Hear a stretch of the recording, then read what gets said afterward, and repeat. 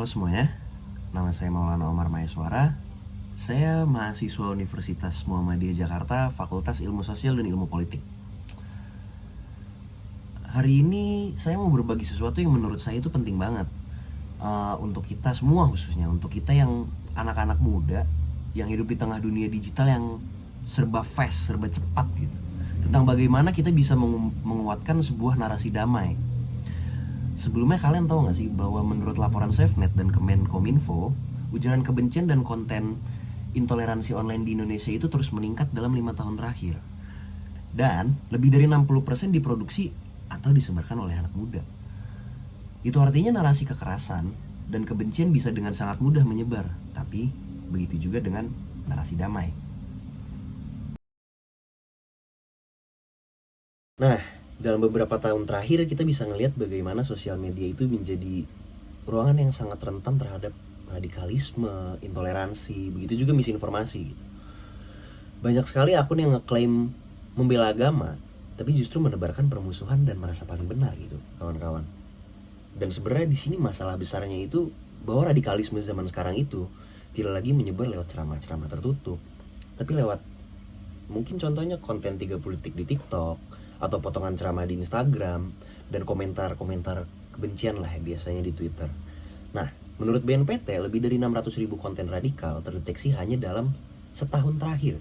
Bayangin aja ada 600.000 konten yang menyebarkan radikalisme itu dalam 1 tahun terakhir. Mungkin kita nggak sadar bahwa narasi ekstrim itu bisa menyelinap di tengah-tengah timeline kita, mengubah cara kita melihat perbedaan, memecah belah, dan mungkin juga membuat kita saling curiga.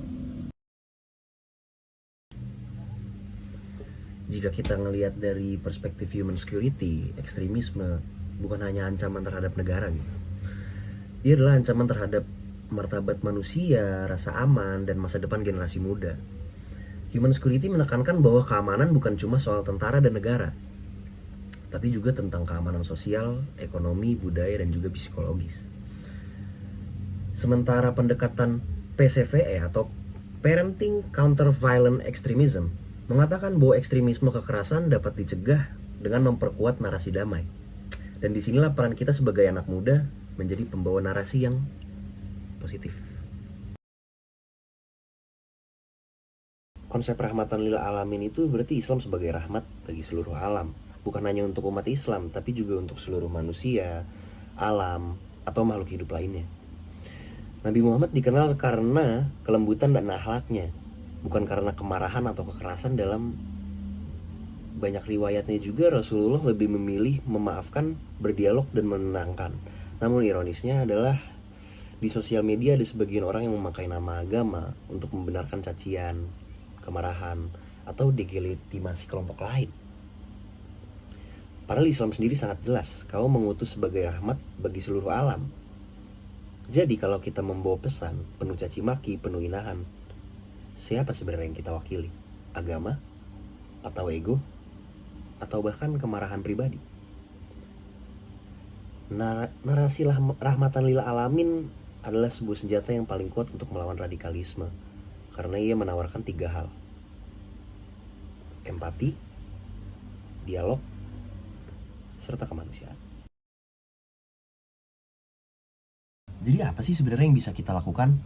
Pertama, periksa ulang sebelum membagikan konten yang memecah belah, sumbernya jelas atau tidak. Yang kedua, ubah cara kita berdiskusi.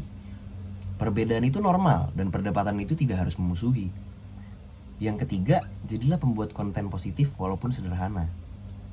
Unggah video pendek tentang toleransi, edukasi tentang keberagaman, atau sekedar berbagi cerita pengalaman damai dengan teman lintas keyakinan.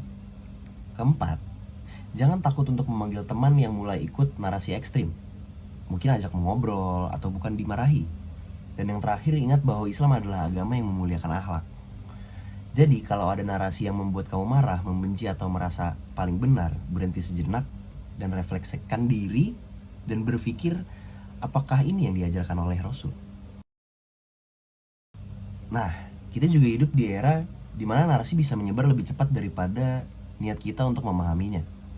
Karena itu kita perlu menjadi generasi yang bukan hanya cerdas secara digital, tapi juga dewasa secara moral. Islam rahmatan lil alamin bukan cuma sebuah konsep besar, tapi cara kita berkata, cara kita berkomentar, cara kita memperlakukan orang lain. Kalau kamu percaya bahwa perdamaian dimulai dari pikiran, kata-kata, dan tindakan kecil,